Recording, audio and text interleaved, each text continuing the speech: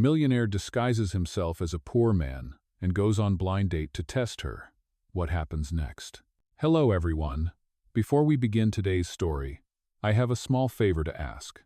Please hit subscribe and turn on the notification bell so you never miss our channel's new videos. It's quick, free, and the best way to support us in bringing you more dramatic stories. Your support means the world to us. Where are you watching from? Drop your city or country in the comments below. Thank you very much. Now, let's get back to our main character. The evening sky over Manhattan was painted with strokes of fading gold as Ethan Cole stood in front of a narrow thrift store mirror, adjusting the collar of a worn-out flannel shirt. The man reflected back looked nothing like the billionaire tech founder who owned half the skyline behind him. His neatly trimmed beard was gone, replaced with a day's stubble, his watch swapped for a cheap plastic band, and his designer shoes traded for scuffed brown boots he'd bought for $20. For once, Ethan didn't want to be recognized, admired, or envied. He just wanted to know if someone could like him without knowing who he was. One night, he muttered to himself, slipping his phone into a cracked leather wallet. Just one night to see if kindness still exists. A soft vibration buzzed from his phone screen. Blind date, 7 p.m., Café Lumière. He exhaled, tucking the phone away and stepping into the cool spring air. Across town, Lily Harper sat nervously at a small wooden table by the cafe window, tapping the edge of her chipped coffee cup. She'd borrowed her roommate's dress, ironed it twice, and still felt underdressed. The candlelight flickered against the glass, reflecting her own uncertainty. "You've got this," she whispered to herself. She wasn't looking for perfection tonight, just a decent conversation, maybe a sign that not everyone in the world was shallow. Outside, Ethan paused before entering, staring at his reflection in the door's glass. The cafe's glow spilled onto the sidewalk, mingling with the faint scent of roasted coffee and rain. He could walk away now, go back to his penthouse, and forget this crazy experiment. But something inside him, maybe the exhaustion of empty luxury, pushed him forward. As the doorbell chimed, Lily looked up. Their eyes met for the first time. He looked nervous, unsure, but his smile was warm, disarming. "Hi," she said quickly, standing halfway. "You must be Daniel?" Ethan hesitated for a heartbeat, remembering the alias he'd used on the dating app. "Yeah," he said softly. "Daniel." She smiled, motioning for him to sit. The warmth in her eyes startled him. It wasn't curiosity or calculation, just genuine kindness, the kind that couldn't be bought. They talked about small things at first: bad coffee, long work hours, her dream of saving up enough to start an art class for underprivileged kids. She laughed easily, without pretense. He listened, fascinated by the way her hands moved when she spoke. When the waiter brought the check, Ethan instinctively reached for his pocket only to remember he wasn't supposed to flash a black card tonight. He hesitated, fumbling, and she noticed. Without a second thought, she smiled and slid her card forward. "Don't worry," she said. "You can get the next one." Ethan froze, watching her. No hesitation, no judgment. Just a small act of kindness, as if $10 didn't mean the world to her. For her, maybe it did. For him, it meant even more. As she laughed about how awkward blind dates could be, he found himself thinking maybe, just maybe, this test wasn't about her anymore. Maybe it was about him rediscovering what it felt like to be real. The rain had started again when they stepped out of the cafe, soft and silver under the streetlights. Lily pulled her thin cardigan closer, laughing, as a gust of wind caught her hair. Ethan offered to walk her to the bus stop, hands deep in his pockets to hide the chill creeping through his sleeves. For the first time in years, he felt light. No board meetings, no headlines, no one calling him Mr. Cole. Just a man walking beside a woman who treated him like a person, not a brand. "Do you always help strangers pay for dinner?" he asked with a small smile. She shrugged. "Maybe I am just tired of people pretending to be something they are not. I figure kindness is the only thing that costs nothing and still means everything."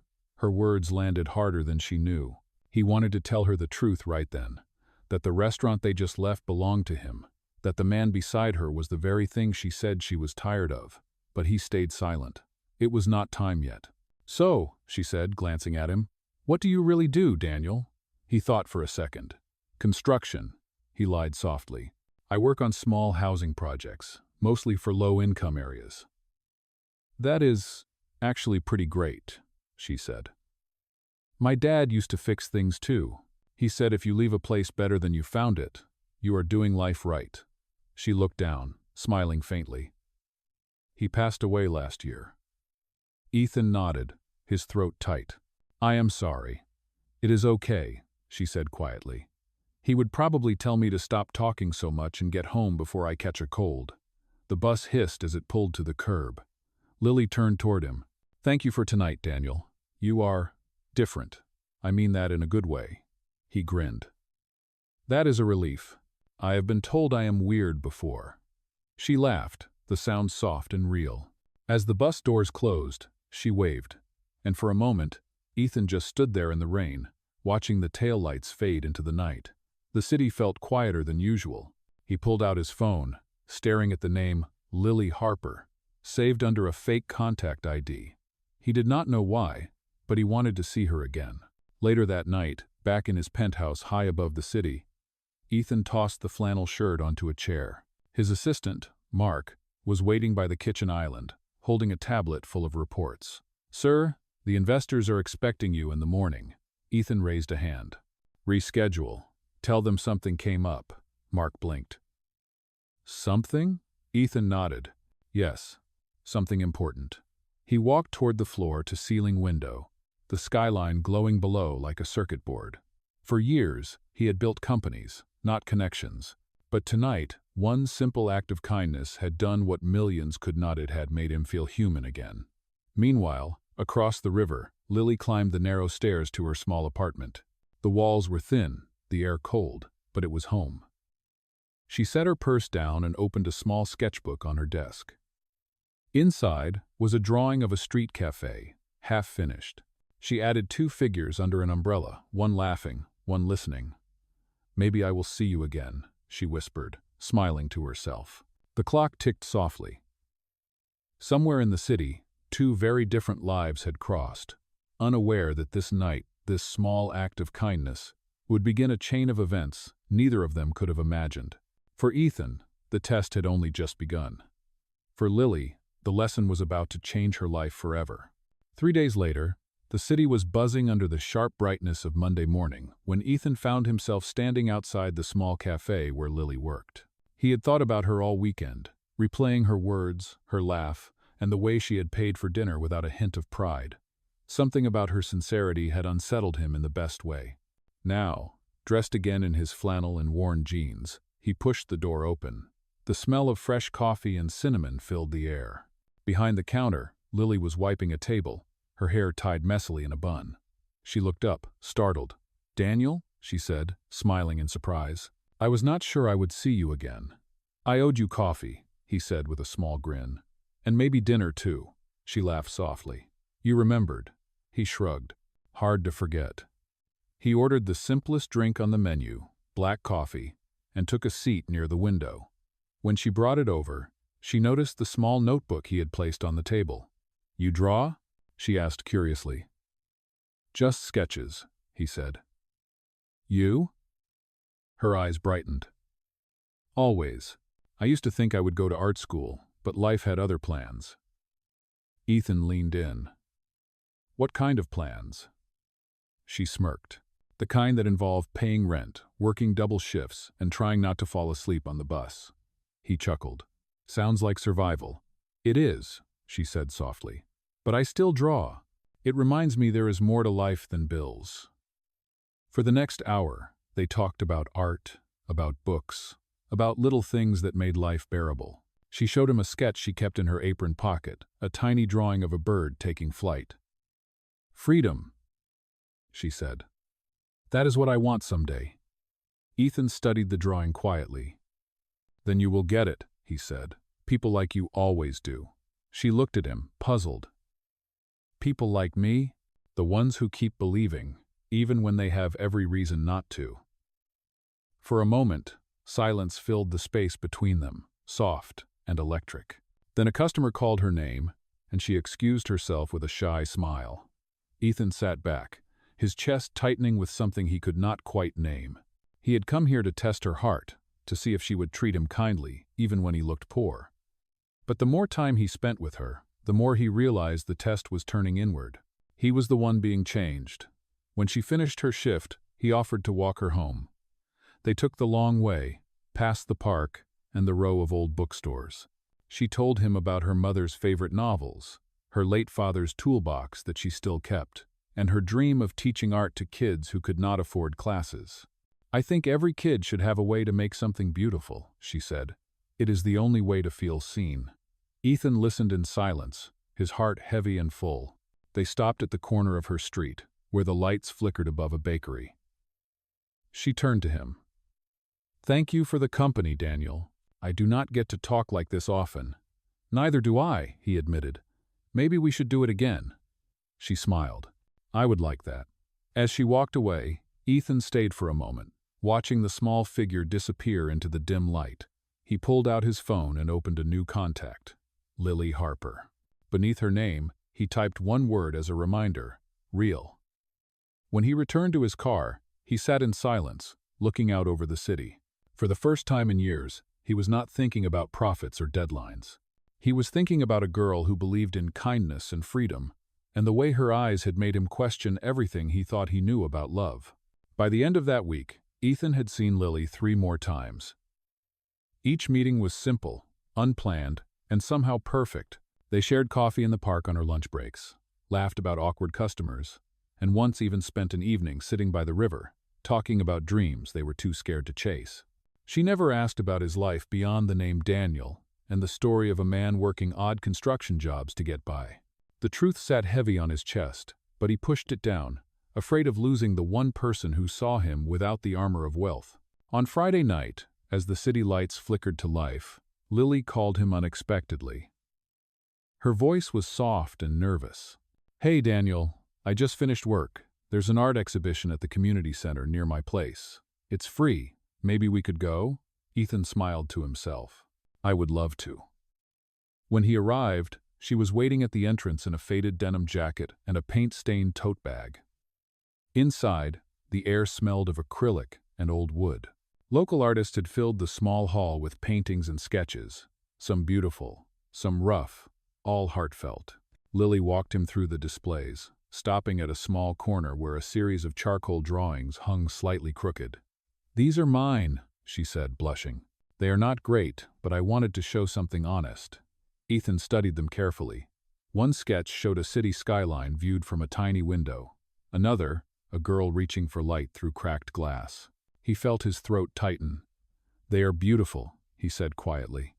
"You draw the world the way you feel it, not just the way it looks." She smiled shyly. "That means a lot, Daniel. No one has ever said that to me before."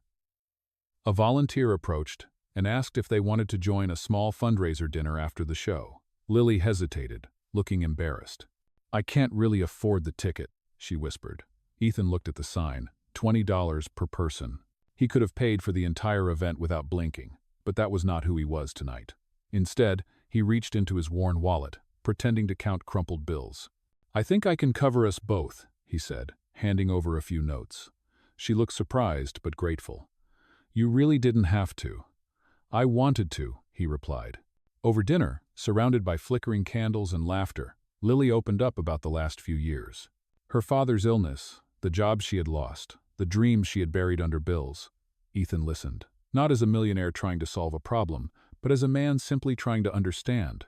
When she finished, she looked at him and asked, "Why are you so quiet tonight?" He hesitated. "Because I am realizing how much I do not know about what really matters." She tilted her head, confused but intrigued. "What do you mean?" He smiled faintly. "Maybe money keeps you comfortable, but kindness keeps you alive." The words came out softer than he expected, almost as if he were speaking to himself. Lily watched him, her eyes reflecting the candlelight. "That sounds like something my dad would say." They left the community center together, walking side by side through the cool night air. The street was nearly empty, and the city hummed softly in the distance. Lily stopped under a street lamp and turned to him. "You are not like anyone I have met before," she said. "You listen, and you care. I do not know why, but I feel safe with you." Ethan looked at her, struggling to find words. "Maybe because you are the first person who has not asked for anything from me." She smiled. unaware of the irony. Then I guess we both got lucky. As she walked away, Ethan stood frozen, torn between the man he was pretending to be and the one he truly was. For the first time, the disguise felt less like a test and more like a lie he no longer wanted to live. The following morning, Ethan sat in his office at Cole Industries, surrounded by glass walls that looked out over the skyline. The suit felt heavier on his shoulders than usual, the silence sharper. His assistant Mark stood by the door, puzzled by Ethan's distraction. "You asked for the quarterly reports, sir." Ethan barely looked up. "Leave them," he said quietly. "And Mark, cancel the investor dinner tonight." "Cancel it?" Mark blinked. "That is the mayor's fundraiser." "I know," Ethan replied. "Cancel it anyway." When Mark left, Ethan leaned back in his chair, staring at his reflection in the dark glass. The man looking back at him was polished, powerful, and completely alone. He thought of Lily's laugh, her drawings, the way she had talked about hope, as if it were something you could hold in your hands. For the first time in his career, a spreadsheet could not quiet his mind. He opened his phone and scrolled through his messages, hovering over her contact Lily Harper, saved under Real. After a moment's hesitation, he texted her. "Can I see you tonight?" She replied a few minutes later. "I get off at 8. Café Lumière?" His heart lifted. "Perfect," he wrote back. When he arrived that evening, she was already there, wiping down tables after the last rush. She smiled when she saw him. "You are early." "I did not want to miss you," he said honestly. They sat by the window, the same seat where they had first met. The rain outside tapped against the glass, and the lights painted gold patterns on the wet pavement. "You look tired," she said gently. "Long day?" He nodded. "The kind that makes you question why you ever started." She tilted her head, curious. "Do you ever regret your work?" "Every day," he admitted before he could stop himself. "Sometimes I think I built the wrong kind of life." She smiled faintly. "Maybe you just forgot what the right one looks like." Her words hit him harder than any business failure ever had.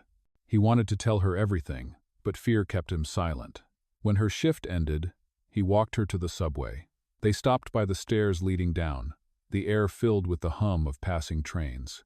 "Daniel," she said softly, "you are a mystery, you know that?" "Is that good or bad?" he asked. "I have not decided yet," she replied with a smile. Then she reached into her tote bag and pulled out a folded paper. "Here," she said. "I made this for you." He unfolded it carefully. It was a sketch of him sitting at the cafe window, looking out at the rain. Beneath it, she had written 3 words. "Kindness is real." His chest ached. "Lily, I—" "Do not say anything," she interrupted, embarrassed. "It is just a thank you. You listened when no one else did." He looked at her, memorizing every detail of her face. "You have no idea how much this means to me." She smiled and stepped down the stairs, waving as the train lights flickered below. Ethan stood there long after she was gone, holding the drawing in his hands. That night, he could not sleep. The walls of his penthouse felt colder than ever. On his desk, her sketch lay beside his open laptop. Slowly, he picked up his phone and called Mark. "Tomorrow morning," he said firmly, "I want you to set up a meeting with the foundation team. We are launching something new, a program for artists, underprivileged youth, anyone who needs a second chance. Name it, Open Hands." "Open Hands?" Mark repeated. "Yes," Ethan said quietly. "And make sure we invite a young artist named Lily Harper. Tell her she is the reason it exists." As he hung up, Ethan looked out at the city once more. Somewhere beneath those endless lights, there was someone who had reminded him of what it meant to be human again. 2 weeks later, the world that Lily knew was about to collide with one she never imagined being part of. It started with an email from an unknown sender titled, "Invitation, the Open Hands Foundation Launch." She almost deleted it, thinking it was spam, until she saw the words at the bottom, "Your work inspired this project." Her heart skipped. Attached was an address, Cole Tower, the tallest building in the city. The name sounded familiar, but she could not place it. That Saturday morning, she stood in front of the glass skyscraper, her tote bag slung over her shoulder, feeling completely out of place. Men in suits and women in designer dresses streamed inside while she clutched her sketchbook like a lifeline. "Excuse me, Miss Harper." A polite voice called. A young assistant smiled at her. "Mr. Cole asked that I escort you upstairs." "Mr. Cole?" she repeated, confused. The elevator ride was silent except for the hum of machinery. When the doors opened, she stepped into a space so breathtaking it made her forget to breathe. White marble floors, massive windows framing the skyline, and a stage set for a press conference. Cameras flashed, reporters murmured, and at the center stood Ethan. Only he was not Daniel anymore. He was in a tailored navy suit, confident, composed, and surrounded by people who clearly worked for him. Lily froze, her pulse pounding in her ears. Ethan turned and saw her. Their eyes met, and the world seemed to stop. "Good morning, everyone," his voice echoed through the hall. "Thank you for joining us for the launch of the Open Hands Foundation. This program is dedicated to supporting artists and dreamers who simply need someone to believe in them." He paused, looking directly at her. "The idea for this foundation came from a young woman whose kindness reminded me that the truest wealth is found in compassion." A murmur ran through the crowd as the spotlight followed his gaze toward her. Lily's stomach twisted. He stepped down from the stage and walked straight to her, ignoring the flashes of cameras. "Lily," he said quietly, stopping in front of her. "I wanted to tell you sooner, but I did not know how." Her voice trembled. "So, all of it, the flannel, the stories, the coffee, everything, was a lie?" "No," he said, shaking his head. "Everything I felt was real. I just wanted to know what love looked like without money getting in the way. And then I met you." The crowd watched in silence. Lily blinked back tears. "You made me believe you were struggling. I trusted you because I thought you were like me." "I am sorry," he whispered. "I thought I was testing the world, but I was testing the wrong person." For a long moment, neither of them spoke. The noise of the room faded into a low hum. Then Lily took a step back. "You wanted to know if kindness still exists? It does. You just should have started by being honest." With that, she turned and walked out, leaving Ethan standing in the middle of the marble hall, the cameras flashing around him like falling stars. That night, she sat on the floor of her small apartment, surrounded by unfinished sketches. The invitation lay crumpled beside her. She hated that she missed him, hated that she still cared. Across the city, Ethan stood alone on the rooftop of his tower, the wind tugging at his tie. The glittering skyline no longer looked impressive, it looked empty. He took Lily's drawing from his pocket, the one that said, "Kindness is real," and held it tightly. For the first time in years, the man who had everything felt truly lost. A week passed, but for Ethan, each day felt longer than the last. Every morning he went to his office, surrounded by success, but everything seemed hollow without Lily's voice echoing in his mind.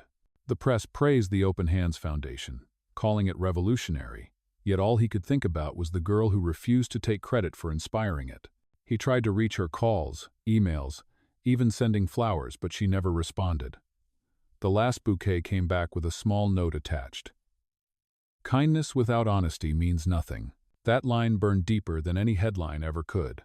One evening, after another empty board meeting, Ethan told Mark to clear his schedule indefinitely. He drove through the city until he reached the neighborhood where Lily lived, parking near the same cafe where they had met. Inside, everything looked the same, the smell of roasted beans, the hum of conversation, but she was not there. The barista recognized him from the news. "You are that billionaire from the launch," the man said with a grin. "Looking for someone?" Ethan smiled faintly. "Yeah, someone I owe the truth." He left a small envelope on the counter with Lily's name written on it and walked out. Inside the envelope was a handwritten letter. It said, "I did not deserve your kindness, but you deserve to know you changed me. If you ever want to see what your belief created, come to the Foundation's gallery this Friday night." When Lily found the envelope later that day, she almost threw it away, but something about the way her name was written stopped her. She stared at the words until her vision blurred. That Friday, she stood outside the new Open Hands Gallery, unsure if she should go in. The city lights reflected on the glass entrance, and through it, she could see paintings, sculptures, and photographs, all created by struggling artists whose lives had changed because of the foundation. Slowly, she stepped inside. The air smelled of fresh paint, and new beginnings. Her eyes widened as she saw the centerpiece of the exhibit, a series of framed sketches displayed in the center of the room. They were hers. The same charcoal drawings from the community center, now perfectly restored and lit under soft white lights. Beneath them was a small plaque that read, "Inspired by Lily Harper, whose kindness reminded us to see the beauty in truth." Her breath caught. "You came," a familiar voice said behind her. She turned, and there he was. Ethan, no suit this time, just a simple shirt and jeans, looking nothing like the man from the launch. "What is this?" she asked, her voice shaking. "It is your gallery," he said quietly. "Every artist here was given a chance because of you. You made me remember what giving means." "Why are you doing this?" she whispered. "Because I need to show you that I listened," he said. "You told me kindness only matters when it is honest. I am trying to live that now." She looked around, her eyes filling with tears as she saw the crowd admiring her work. "You could have just sent an apology," she said softly. He smiled sadly. "This is my apology." For a moment, neither of them spoke. Then he reached into his pocket and held out the small sketch she had given him, the one of him sitting by the cafe window. "I kept it," he said, "because it was the first time I saw myself through someone else's eyes." She looked at the paper, then at him. "And what do you see now?" Ethan took a deep breath. "A man who finally understands that love cannot be tested, it has to be trusted." The gallery lights shimmered in her eyes as she whispered, "Maybe we both had something to learn." And for the first time since that rainy night at the cafe, Ethan felt the weight in his chest begin to lift. That night, after the gallery crowd had thinned and the lights dimmed, Lily found herself standing alone among her own drawings. The quiet hum of the city outside seeped through the glass walls, blending with the low music that played softly in the background. She turned when she heard footsteps behind her. Ethan was still there, his hands in his pockets, his expression uncertain. "You should be celebrating," she said gently. "Everyone loved the exhibit." He shook his head. "It is not about the exhibit. I just needed you to see it. To see that your kindness changed more than my life. It changed how I see the world." She looked at him for a long moment before saying, "You do not owe me anything, Ethan." "I do," he said firmly, "because every time I looked at you, I wanted to be the kind of man you already thought I was." His words caught her off guard. She tried to look away, but his voice softened. "Lily, I never wanted to hurt you. I thought pretending to be someone else would protect me from being used. But instead, I ended up losing the one person who treated me like a human being." Her eyes flickered with emotion. "I understand why you did it," she said quietly, "but trust is not something you test. It is something you build." He nodded. "Then let me build it, one truth at a time." He stepped closer, holding out something small wrapped in white tissue paper. "What is this?" she asked. "Open it." Inside was a simple silver necklace with a tiny charm shaped like an open hand. "It is the first piece made by one of the young artists from the foundation," he said. "They wanted you to have it." She ran her fingers over the charm, her heart tightening. "It is beautiful," she whispered. "Just like the message behind it," he said. "Every open hand gives someone else a reason to hope." For a while, they stood there in silence, surrounded by the art that had brought them back together. Then Lily smiled faintly. "So, what happens now, Mr. Cole?" He smiled back. "Now, I stop pretending to be poor and start trying to be worthy instead." She let out a small laugh, shaking her head. "You are impossible." "Persistent," he corrected, "and willing to learn." She studied his face, searching for the arrogance she had once expected from a man with money, but it was gone. All that remained was sincerity and something deeper, vulnerability. "You know," she said softly, "I am still angry." "You should be," he admitted. "But if it means anything, I am not asking for forgiveness. I am asking for a chance to prove that the man you met at that cafe is still the real me." Her voice trembled slightly as she replied, "You have already started." He looked surprised. "By showing up tonight," she explained. "You could have sent another check or another headline. But you came yourself. That is what real people do." A quiet smile crossed his face. "Then maybe there is hope for me yet." She reached into her tote bag and pulled out a folded paper. "I brought this in case I saw you," she said, handing it to him. It was another sketch, two hands reaching toward each other, one giving, one receiving, both connected by a thread of light. "What should I call it?" he asked softly. "Redemption," she said. He looked down at it, emotion thick in his voice. "Then that is exactly what it is." As she turned to leave, he called out, "Lily." She stopped, glancing back. "Would you ever consider working with the foundation? As an artist, a mentor, whatever you want. It was built because of you. It should grow with you." She hesitated, then smiled. "Maybe. But if I say yes, it is because I believe in the mission, not the man." "That is fair," he said. "Then I will just have to keep proving both are worth believing in." For the first time since everything had fallen apart, Lily felt the weight in her chest ease. Maybe forgiveness was not a single moment. Maybe it was a choice repeated over time. A year later, the Open Hands Foundation had become more than just a program. It had turned into a movement. Across the city, new studios had opened for young artists who once thought their dreams were impossible. Lily was one of them. She now ran the community art program, teaching children how to express hope through color and motion. Every morning, the sound of laughter filled the once empty warehouse that had been converted into a creative space.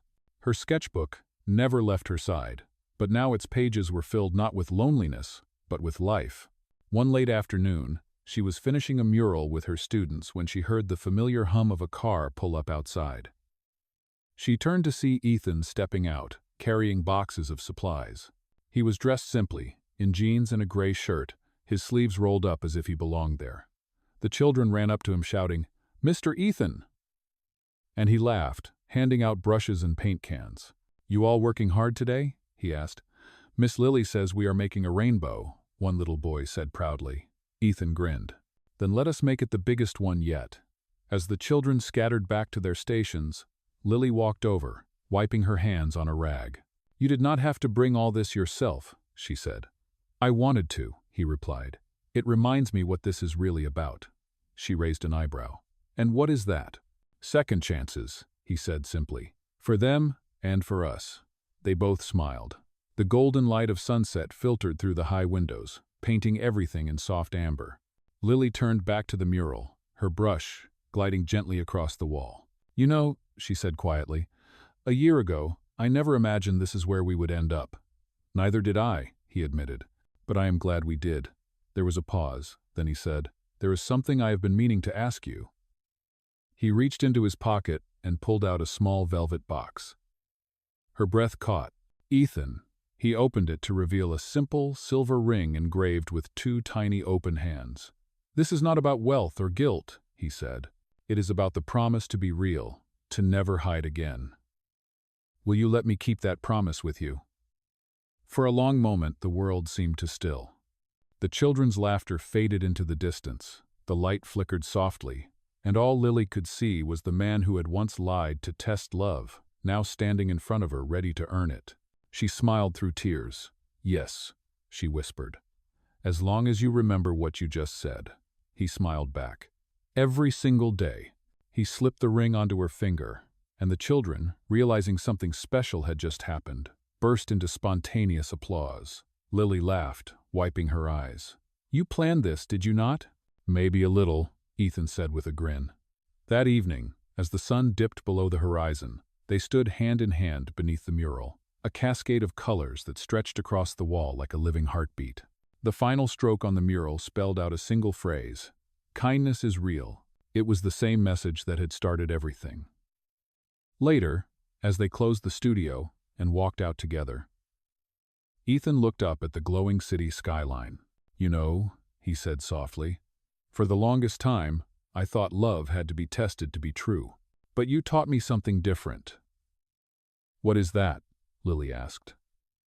"That love is not proven through tests," he said, smiling. "It is proven through consistency, honesty, and choice." She leaned her head against his shoulder as they walked down the quiet street.